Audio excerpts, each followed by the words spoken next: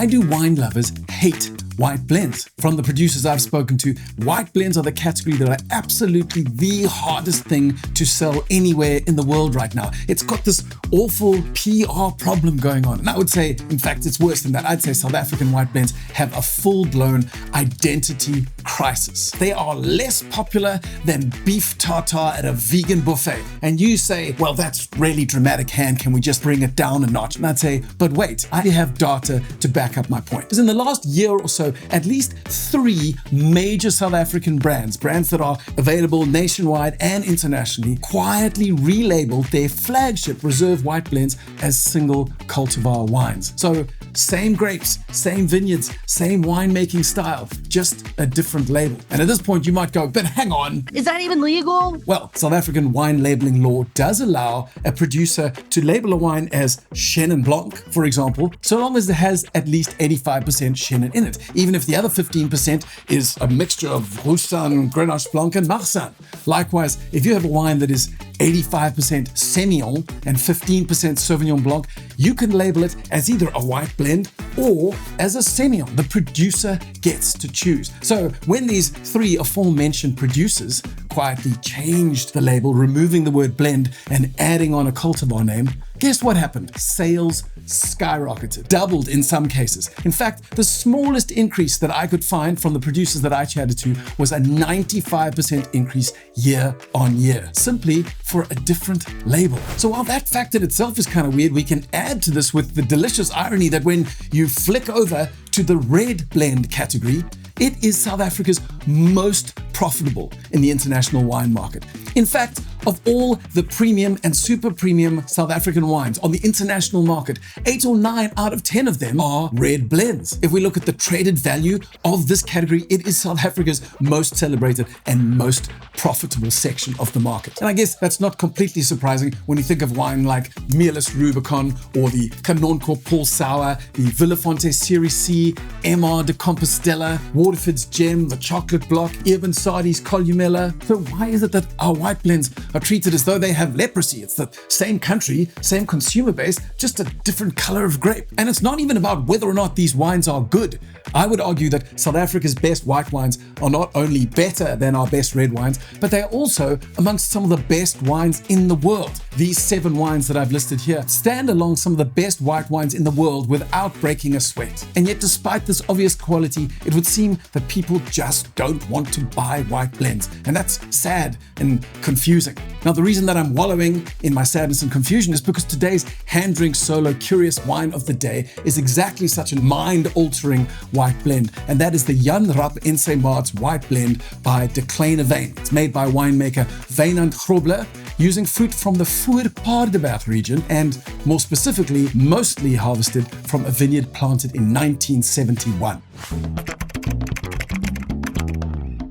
The Kleine Wijn wines are a fantastic husband and wife team that have their small private cellar. Now, with regards to his exterior, he may appear to be a rugged, handsome, robust South African man, but I have a theory that Wynand is the type of poet who would be crushed by a marketing team. His soul is not built for the algorithm. Because if you look at all of his wines alongside one another, you can detect 2 things. First of all, there is a wild flow of creativity that comes from him. But second of all, you might think, given how disparate they all are, that there's no real master plan. After all, each label has its own designer, its own aesthetic, its own mood. There really is no coherence between any of them. And so if you didn't know better, you'd perhaps think that the man lacked direction. But if you have been following the Hand Drink Solo Wine Club for any period of time at all, you realize that we have covered at least 4 of the Kleine Wijn wines, and you begin to realize that this wild and woolly creativity is a symptom of something very, very different. It certainly is not a lack of direction, but perhaps more an overabundance of inspiration. Because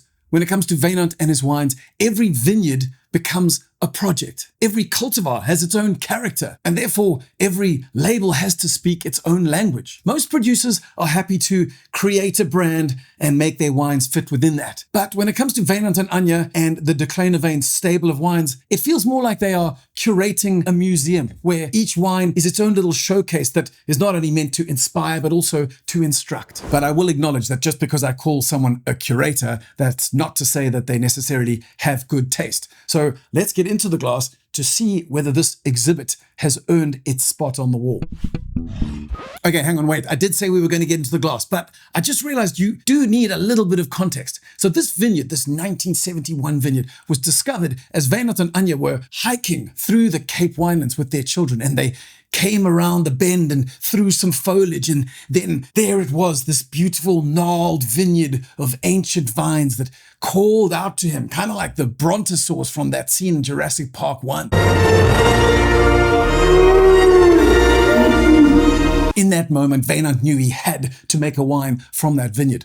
Wynand knew he had to make a wine from that vineyard. But as it turned out, rather economically precariously, and I say precariously because Muscat of Alexandria makes a lovely Jeripigo, beautiful fortified wines, some great dessert wines, even the odd floral brandy, but it's not really used to make dry, still wines. Of course, there are a very small group of super cool winemakers who do this, but again, finding a market for these sorts of wines is almost impossible. And that is really tragic because, as Wynand knew when he made this wine, old vine Muscat is far more than perfume, flowers and honey. Old vine Muscat is architecture, it is structure, it's the spine of a wine. And Wynand knew this very well, which is why today's Jan Rapp in St. Mart's is 53% Muscat of Alexandria. Of course, Wynand made sure that he had a really strong backing singer in 44% of Chenin Blanc, and then there is also a splash of Semillon. So now that you have that context, we can finally get into the glass and give this guy a sniff. And when we do so, well, it's certainly not subtle, but I guess you would never have expected it to be subtle with Muscat being the core. It's kind of like a botanical fever dream. And there really are just so many characters talking all at once. There's kind of frangipani florals, and there's nectarines and apricots, and there's jasmine flowers, even a little bit of crushed mint leaf. It's just super layered. And I guess it kind of makes sense that this wine is aromatically layered because the name itself has more than a few layers. Jan Rapp in St. Mart's is an Afrikaans phrase which transliterates to Jan Rapp and his friends, but the English equivalent would actually be every Tom, Dick and Harry. And I guess this is at one level a reference to the broad range of cultivars that are mixed in. But there is another layer because according to Wynand Grobler, Jan is a reference to Jan van Riebeck, who was the first European to create a settlement in the Cape. He was also the first person to plant Vitis vinifera. And the three grapes that he planted in 1954 are widely accepted to be Chenin Blanc, Muscat of Alexandria, and Semillon. So not only is this a sense of every Tom, Dick and Harry is in the bottle, but also Jan and his three friends, the Chenin, the Semillon, and the Muscat, the grapes that he planted at the birth of South Africa's wine industry. Now that you're aware of all the layers, we can return to the wine and give it a sip. Oh, and I want to dwell on that jasmine note because it pops up on the palate as well. It's really quite explosive. It's not a dried, perfumey, or floral type jasmine. This is like a very planty, fleshy feel. Like again, when you get really up close to those little white blossoms and stick your nose in, it's got a green spice to it. It's got floral elements. It's kind of like just for the note jasmine, you have to start writing flavor notes just for that flavor note. It really is superbly complex, and that's why everyone should stop to smell the jasmine from time to time. But getting back to the palate, as I said, that entry is quite explosive. Even those floral elements pop up on the palate. And then there's also a burst of tropical mango, but it's slightly green, so it's quite bright and fresh. This is a 2025, so it hasn't been in bottle long, but you get this burst of mango skin. It's chewy, it's waxy, and then there's also citrus, mandarin fruit. And speaking quite loudly, as the sweet mango becomes juicy citrus, it then hits that Chenin snap of grapefruit and lemon pith. And as much as that fruit development is engaging, the texture is even more so. And that is, as we said, because Muscat can be really waxy, and even that little splash of 3% Semillon can give a waxy polish to the whole thing. The other thing that's really beautiful, and it echoes this on the nose, is that mix between savory and sweet, is those citrus elements almost have a touch of saltiness to it, like a salted lemon rind. Then, as the wine evolves to its super lengthy tail, it's like the fruit fades away and all that remains is this laser line of kind of lemon and grapefruit acidity. It feels like Carl Sagan firing his radio signal into deep space, and as it travels out through the universe and the earth disappears to a tiny speck in the distance, the signal itself pulses on into eternity. A little dramatic, but it really is a great wine. Okay, so that's all we have time for today, but I'm going to leave you links to 2 more videos on the Kleine Wijn wines because they really are an important range that you simply must come to grips with. They also are ridiculously difficult to get hold of, which is why I have left links next to this video so that you can find them online both in the United States and in Europe and in South Africa. Until next time, stay curious and always drink niche.